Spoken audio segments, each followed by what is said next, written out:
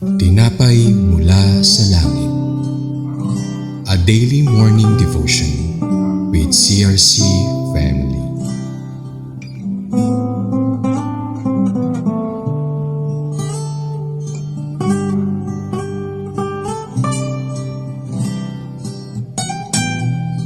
A blessed morning po to everyone. I am Janica Rosan Paelma, ayang people from CRC Summerfield. At ito po ang tinapay mula sa langit, ang pang-araw-araw na devotion sa salita ng Panginoon. Sa umagang ito po, tayo po ay babasa sa Judges 18:30-31 na may pamagat po na the tribe of Dan officially adopts the idolatry that began with Micah. So atin pong basahin. Pinagtayo nila ng altar ang Diyos-Diyosa ni Micas at kanilang sinamba. Si Jonathan na anak ni Gersom, apo ni Moises, ang ginawa nilang pari. Mula noon, ang lahi nito ang nagsilbing pari nila hanggang sa sila'y dalhing bihag ng kanilang mga kaaway.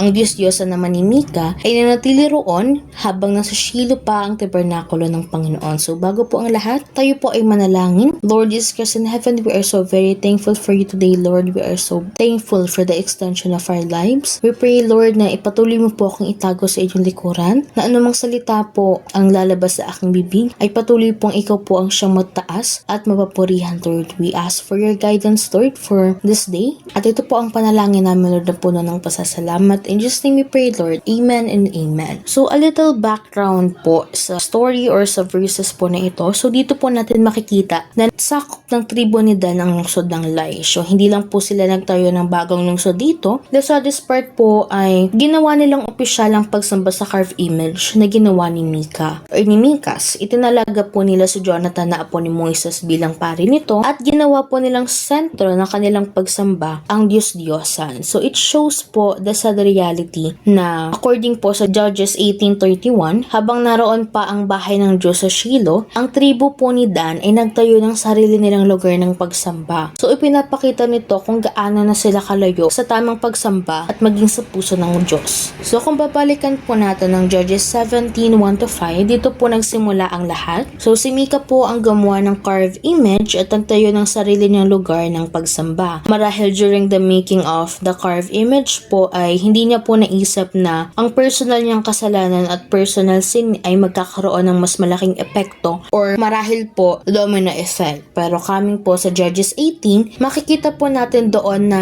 yung personal sin ni Micah na gumawa ng Diyos-Diyosan ay naging opisyal na pagsamba ng isang buong tribo. So isang maliit na desisyon ang unti-unti po naka-influence sa napakaraming tao. So dito po natin makikita na ang kasalanan ay hindi lang lagi natagtatapos sa taong gumawa nito. So kapag ang kasalanan po ay kinonsinte, hindi pinagsisihan at unti-unti pong nanonormalize, so lumalawak or lumalaki yung epekto nito. So parang kumbaga ang isang compromise po ay nagiging normal na sa iba later on. So ganun rin po sa buhay natin. So minsan po iniisip natin na whenever we do a sin or may kasalanan po tayo nagagawa, so maybe we have the thoughts po na ako lang naman yung nakakagawa nito or yung gumagawa nito, wala namang makakaalam. Pero ang totoo po, meron pong mga taong nakatingin sa buhay natin, especially bilang mga Kristiyano o mananampalataya ng Panginoon. So may mga taong maaaring na-influence ng paraan po ng ating pamumuhay. So ilan po doon is yung family natin and friends, especially if they're not in Christ yet. And syempre yung mga kapatid po natin sa church at yung mga next gen, at higit sa lahat po, nakatingin po ang Panginoon sa ginagawa natin in our daily lives.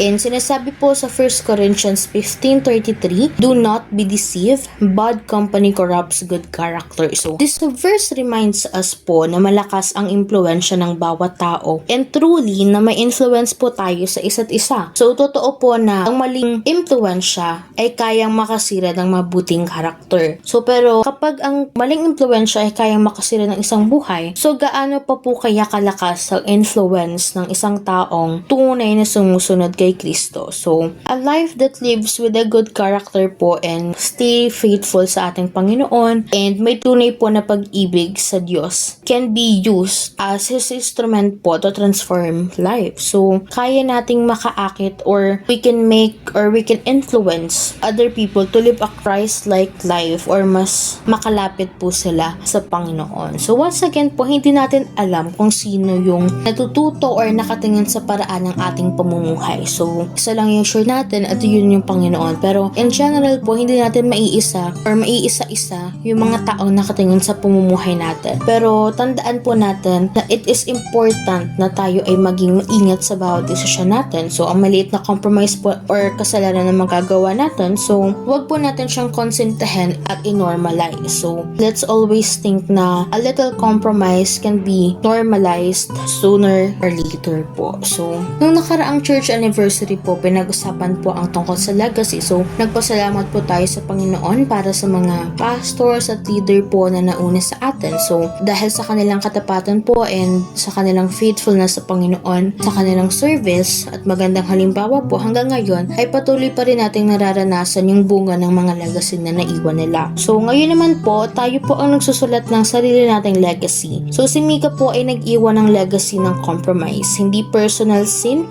His personal sin ay naging dahilan para ang isang buong tribo po ay lumayo sa Diyos at sumamba sa Diyos-Diyosan. Pero tayo po, bilang mga anak ng Diyos, we have the opportunity and we are called na mag-iwan po ng ibang uri ng legacy, and this is the legacy po, or this is the legacy of one that stays faithful and glorify the Lord. So let's always remember po na ang pinakamahalagang legacy na possible na maiiwan natin ay hindi ang ating mga naabot po or achievement or tagumpay, kundi ang isa buhay na naging tapat po sa Panginoon and naging instrument or naging daan para ang ibang tao ay mas makakilala or mas mapalapit at mas sumunod kay Kristo. So wag po natin gayahin si Mika na nag-compromise or gumawa ng kasalanan, and sooner or later yung maliit na kasalanan at personal sin niya na yun ay naging dahilan upang ang maraming tao ay lumayo sa Panginoon. So once again po, let's always remember na let us strive to have the legacy of